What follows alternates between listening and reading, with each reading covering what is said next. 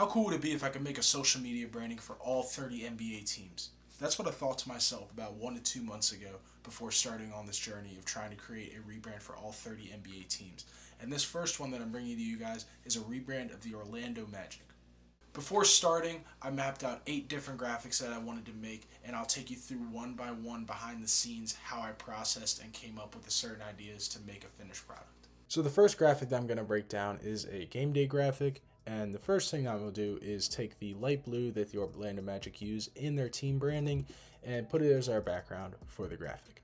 From there, I'm going to take a picture of Paolo Banchero. I have the filters already made, but I'm going to take them off to show y'all what I did. So at first, I put a camera raw filter on what I already had. I wanted to use the photo as a whole to make this graphic. I didn't really want to cut out a render like I do with a lot of other my pieces. I wanted to push myself outside of my boundaries, so this is what I did here. I added a camera raw filter on top at first. I was like, I don't really like where that went. So then I went around and messed around and used a threshold. And then from the threshold, I clipped on a color fill, which is the same color as the background, and boom, blended into there. It had nice depth, and you were still able to recognize Paolo Banchero in it, and it just blended in really nice. I really loved the way that it looked.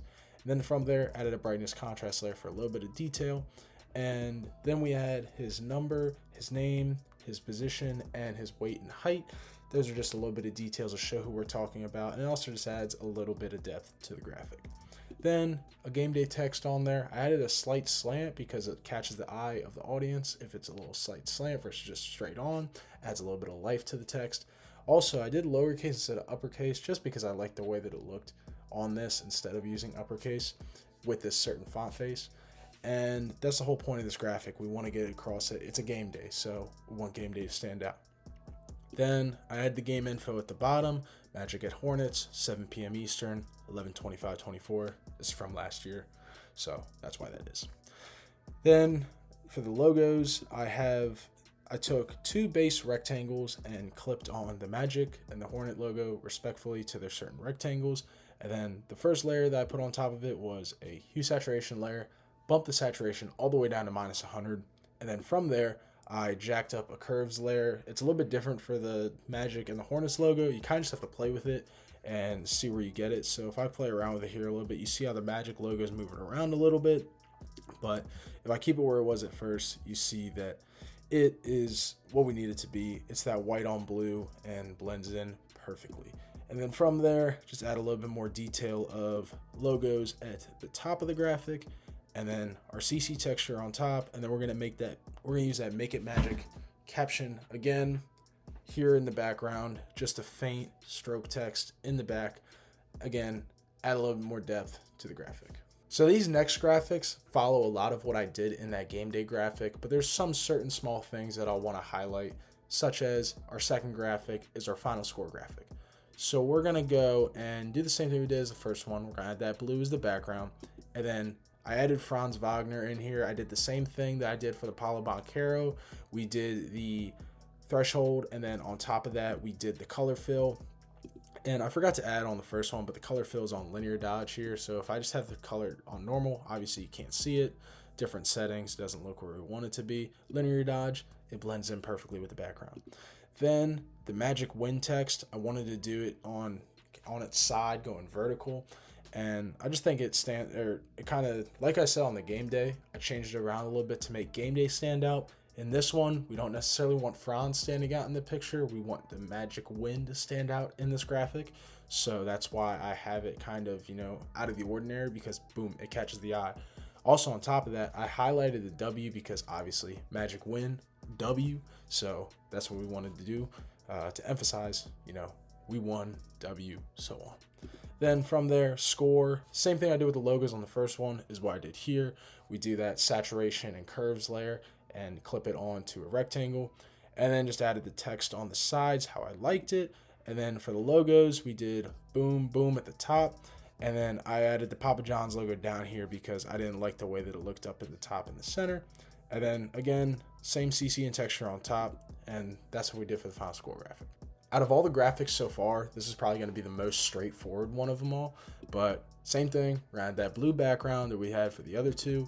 Then Jonathan Isaac, same things I did threshold, color fill on linear dodge. It's the same color as the background, helps it blend in. And then the next up text, like I said, this is the most straightforward one of them all. I didn't want all of them to be kind of that out of the ordinary. I still wanted to have a little uniformity to it. So uniformity, uniform. I just made up a new word. I don't know what I'm doing. Anyway, opponents, made sure it's centered on a grid underneath. Really like the way that looked. Like I said, wanted to be uniform with a few of them. Then on the sides, we have all games available for streaming on FanDuel, and then single game tickets on sale at www.nba.com/magic/tickets/single. Just a little small details that add a nice look to the graphic and a little bit of texture to it. And then the top logos that we've been doing for the other ones, and then our color correction and texture on top.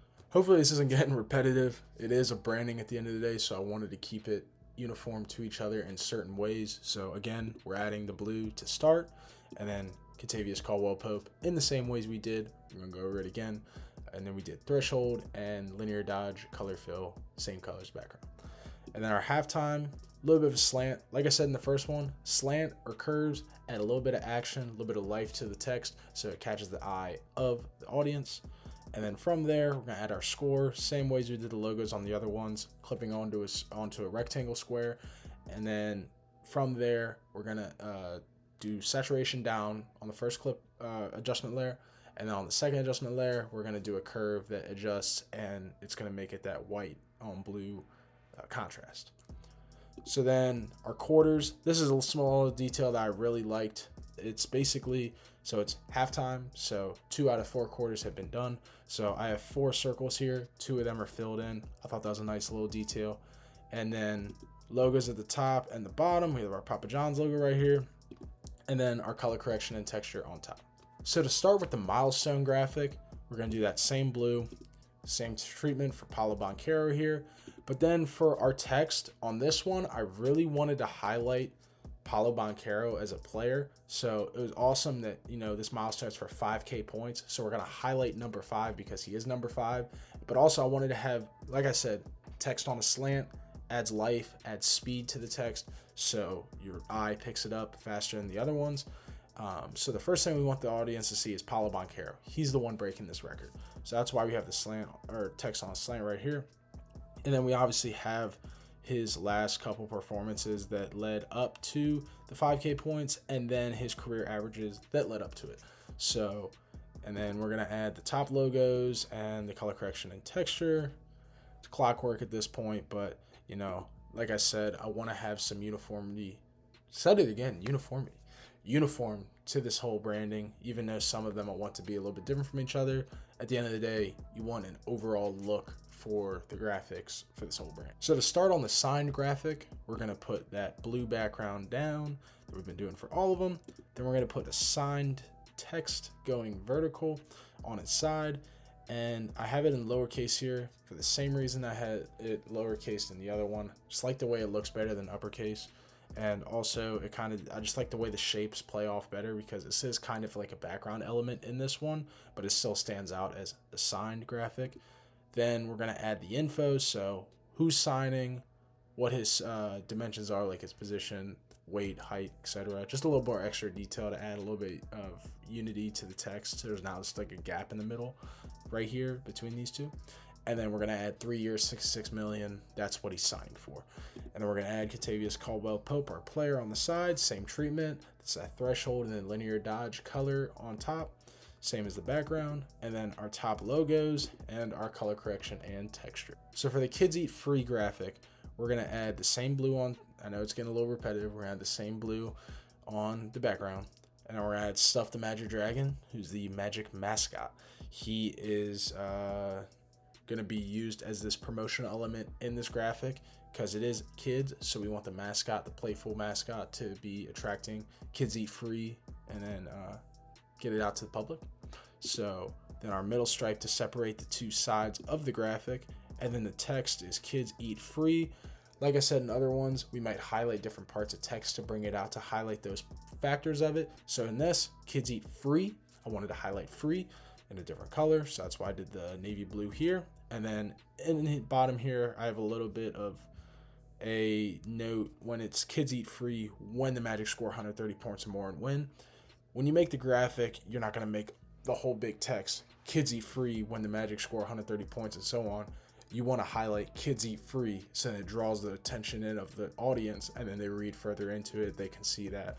And then even further below that, we have what they might eat free. So we have a Wendy's kids meal, PDQ chicken 3-piece tender meal, and then a Chick-fil-A kids meal. So the big thing is we want to highlight the logos and the big text of it, and then we can throw in the additional information at the bottom. Then we're going to throw our top logos on top to make it Magic slogan, the NBA logo, and then our color correction and texture on top. Our last graphic of the rebrand is a draft day graphic. So first I'm going to add that light blue Orlando Magic color on the background like we've been doing for the rest. We're going to add the 2025, and it might bleed off a little bit here, but that's all right because we're going to have that text again on here. This is kind of just like background shape elements that I want to have included in it. Like I said, main text, we have Orlando Magic 2025 NBA Draft. I did an outline on Orlando Magic because I want that to stand out from the text, but the only way I can't do navy blue or the light blue because that's in the background, wouldn't be able to see it, so that's why I did the stroke text there. And then did the Magic logo big, and then the bottom text is our picks for the draft. So we have round 1 pick 18, round 2 pick 41, round 2 pick 58, and then top logos, the Make It Magic and the NBA, and then our color correction and texture once again.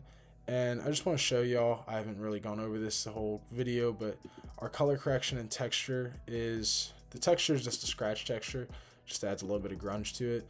But for color correction, I usually mess around with the hue saturations, selective colors, curves, and color lookups. Those are my big go-tos, especially selective color, color balance, and color lookup. Those are the big ones I like to go to. If you're still watching, thanks for tuning in and staying to this point. If you have a team that you want me to rebrand next, comment it below, and I'll try and do it as quick as I can and get it out to y'all and do another in-depth breakdown. Until then, if you could like, comment, or share this video, I'd greatly appreciate it. MJ Graphics out. Peace.